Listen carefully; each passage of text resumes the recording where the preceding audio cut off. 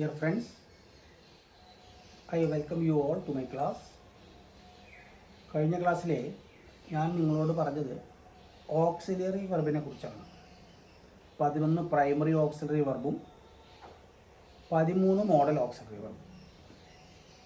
Is am are അതിൻ്റെ past ടെൻസുകളായ was were, do does did അതിൻ്റെ പാസ്റ്റ് ടെൻസുകളായുള്ള ഡിഡ്, ഡു ഡസ് അതിൻ്റെ പാസ്റ്റ് ടെൻസുകളായുള്ള ഡിഡ്, ഹാസ് ഹാവ് അതിൻ്റെ പാസ്റ്റ് ടെൻസുകളായുള്ള ഹാഡ്.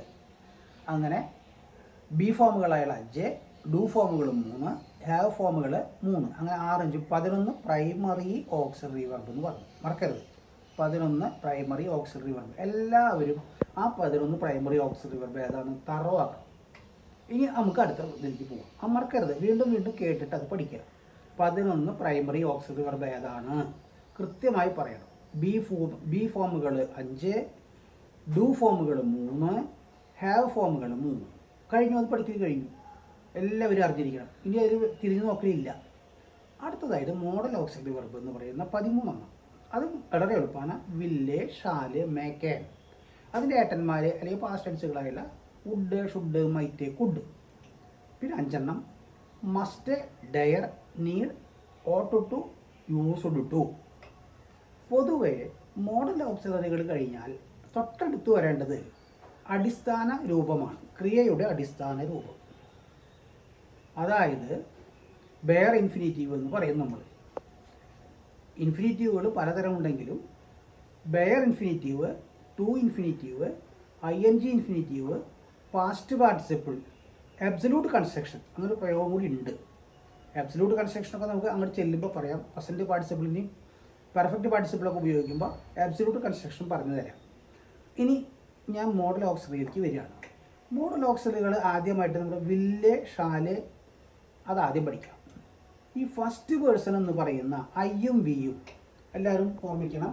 ഫസ്റ്റ് പേഴ്സൺ ആകുന്ന, മലയാളത്തിൽ പറഞ്ഞാൽ ഉത്തമ പുരുഷനാകുന്ന ഐയും വിയും, അതിനോടുകൂടി വില്ല് ചേർത്താൽ ഭാവിയേക്കാൾ കൂടുതലായി ഉറപ്പ് ലഭിക്കും. അതേസമയം ഈ ഫസ്റ്റ് പേഴ്സണായ ഐയോടും വിയോടും കൂടി ഷാല് ചേർത്താൽ വെറും ഭാവി കാലം മാത്രമേ സൂചിപ്പിക്കുകയുള്ളൂ. എന്നാൽ സെക്കൻഡ് പേഴ്സൺ ആയിട്ടുള്ള യു, മറക്കരുത്, മധ്യമ പുരുഷൻ. സെക്കൻഡ് പേഴ്സൺ ആയിട്ടുള്ള യുവിനോട് സെക്കൻഡ് പേഴ്സൺ ആയിട്ടുള്ള യു, തേർഡ് പേഴ്സൺ നമ്മൾ സാധാരണ പറയാം പ്രഥമ പുരുഷൻ എന്നാണ് പറയുക മലയാളത്തിൽ. തേർഡ് പേഴ്സൺ ഏതൊക്കെയാ? ഹി, ഷീ, ഇറ്റ്, ദേ. 3 സിംഗുലറും ഒരു പ്ലൂറലുമാണ് ഉള്ളത്. ഹി, ഷീ, ഇറ്റ് എന്നുള്ളത് സിംഗുലറും ദേ എന്നുള്ളത് പ്ലൂറലുമാണ്. എന്നിവയോട് പ്രഥമ പുരുഷനാകുന്നവരോട് വില്ല് ചേർത്താൽ വെറും ഭാവി കാലത്തെ മാത്രമേ സൂചിപ്പിക്കുകയുള്ളൂ. എന്നാൽ ഈ സെക്കൻഡ് പേഴ്സണോടും തേർഡ് പേഴ്സണായിട്ടുള്ള you, he, she, it, they എന്നിവയോട് ഷാൽ ചേർത്താൽ ഉറപ്പ് കൂടുതലാണ് ലഭിക്കുക. പക്ഷേ നിങ്ങളോട് ഞാൻ പറയാം, ഈ തുടക്കത്തിലുള്ള നിങ്ങളോട് എവിടെയാണ് വില്ല്, എവിടെയാണ് ഷാല് എന്നൊന്നും കൃത്യമായിട്ട് നിങ്ങൾ ഉപയോഗിക്കാൻ ഇപ്പോൾ പഠിക്കണ്ട. എന്നാൽ ഇങ്ങനെയാണ് സത്യം. ഇത് PSC പരീക്ഷയ്ക്കൊക്കെ വില്ലും ഷാലും തന്നിട്ട് ഏതാ ഉപയോഗിക്കേണ്ടതെന്ന് കൃത്യമായി പറയേണ്ടി വരും. അപ്പോൾ അവർ തരും, പ്രോമിസ്, ഡിറ്റർമിനേഷൻ എന്നൊക്കെ ബ്രാക്കറ്റിൽ തരും. അപ്പോൾ നമുക്ക് കൃത്യമായിട്ട് എഴുതാനും സാധിക്കും. കേട്ടില്ലേ? ഇപ്പം നിങ്ങളിത് അറിഞ്ഞിരിക്കുക, ഇങ്ങനെയെങ്കിലും ഒന്ന് അറിഞ്ഞിരിക്കണം. ഫസ്റ്റ് പേഴ്സണോട് കൂടിയിട്ട് വില്ല് ഉപയോഗിച്ചാൽ ഉറപ്പ് കൂടുതലും, സെക്കൻഡ് പേഴ്സണോടും തേർഡ് പേഴ്സണോടും കൂടി വില്ല് ഉപയോഗിച്ചാൽ ഉറപ്പ് കുറവും. വൈസ് വേഴ്സ, നേരെ മറിച്ചുമാണ്. ഫസ്റ്റ് പേഴ്സണോടുകൂടി ഷാലും സെക്കൻഡ് പേഴ്സണോടും തേർഡ് പേഴ്സണോടും കൂടി വില്ല് ഉപയോഗിച്ചാൽ ഭാവിയേക്കാൾ കൂടുതലായി അതിനൊരു അർത്ഥം ലഭിക്കും. അതൊരു ഭീഷണി അല്ലെങ്കിൽ ഡിറ്റർമിനേഷൻ ഒക്കെ ആയിരിക്കും എന്ന് മനസ്സിലാക്കി വയ്ക്കുക. ഇനി ഉദാഹരണമായിട്ട് ഞാൻ പറയാം. Example, I will come tomorrow. First പേഴ്സണോടുകൂടി വില്ല് ചേർത്തു. വില്ലിൻ്റെ തൊട്ടടുത്ത് വന്ന് അടിസ്ഥാനം V1 ആണ് വന്നത്. ടുമാറോ ഉറപ്പാണ്, നാളെ ഞാൻ വരും. We will complete the work, ഉറപ്പായി തീർക്കും. അതേസമയം you shall do it your self, നാളെ നീ അത് ചെയ്യും, അത് ഉറപ്പാണ്. ഒരു ത്രിട്ട് പോലെ നമുക്ക് എടുക്കാം. ഈ ഷാൽ ബ്രിങ് ഇറ്റ് ടുമാറോ, അവൻ അത് കൊണ്ടുവരിക തന്നെ ചെയ്യും. ഹിയോട് കൂടി ഷാൽ ഉപയോഗിച്ചുള്ളത്. ഹി, ഷീ, ഇറ്റ്, ദയോട് കൂടി ഷാൽ ഉപയോഗിച്ചാൽ അത് ഉറപ്പ് കൂടുതലാണ്. ഐ ഷാൽ കം ടുമാറോ, ഉറപ്പ് കുറവാണ്. We shall complete the work, ഉറപ്പ് കുറവാണ്. വെറും ഫ്യൂച്ചറിനെ മാത്രമേ അവിടെ സൂചിപ്പിക്കുകയുള്ളൂ.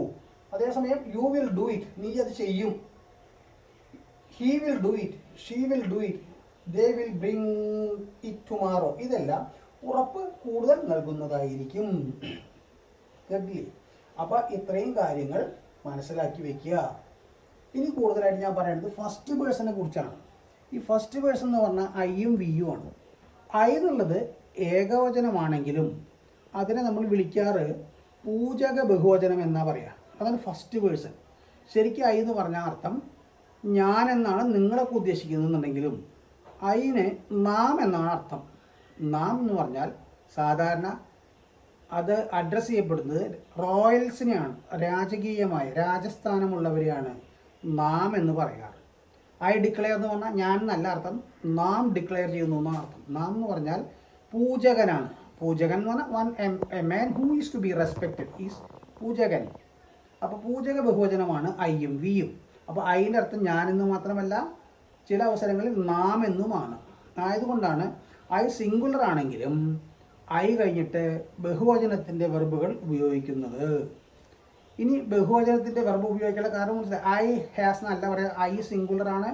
ഐ കഴിഞ്ഞാൽ ഹാസ് അല്ല, ഐ കഴിഞ്ഞാൽ ഹാവ് ആണ് പലപ്പോഴും ഉപയോഗിക്കാറ്. അതുപോലെ ഐന് പ്രത്യേക സ്ഥാനമായിട്ട് ആകുന്നു എന്നുള്ളതിനെ ആം എന്ന് കൊടുത്തിട്ടുണ്ട്. ഈസും ആറും അല്ല, ആം എന്നാണ് കൊടുത്തിട്ടുള്ളത്. ഐ ബഹുവചനമാണെങ്കിൽ ആർന്നല്ലേ കൊടുക്കേണ്ടത്, പക്ഷേ ബഹുവചനമാണോ? അല്ല. എന്നാൽ ഏകവചനമാണോ? ആണ്. ഏകവചനമാണ്, അതേസമയം പൂജക ബഹുവചനമാണ്. ആയതുകൊണ്ടാണ് ബഹുവചനത്തിൻ്റെ സഹായക്രിയകൾ പലപ്പോഴും ഇതിനോട് ചേർത്ത് ഉപയോഗിക്കുന്നത്. അപ്പോൾ ഇത്രയും കാര്യങ്ങൾ ഞാൻ പറഞ്ഞു. ഈ കാര്യങ്ങൾ നിങ്ങൾ നല്ല പോലെ ഒന്ന് എഴുതിയെടുത്ത് പഠിച്ചുറപ്പിച്ചു വെച്ചാൽ ഇത് നിങ്ങൾക്ക് വളരെ ഉപകാരപ്രദമാകും.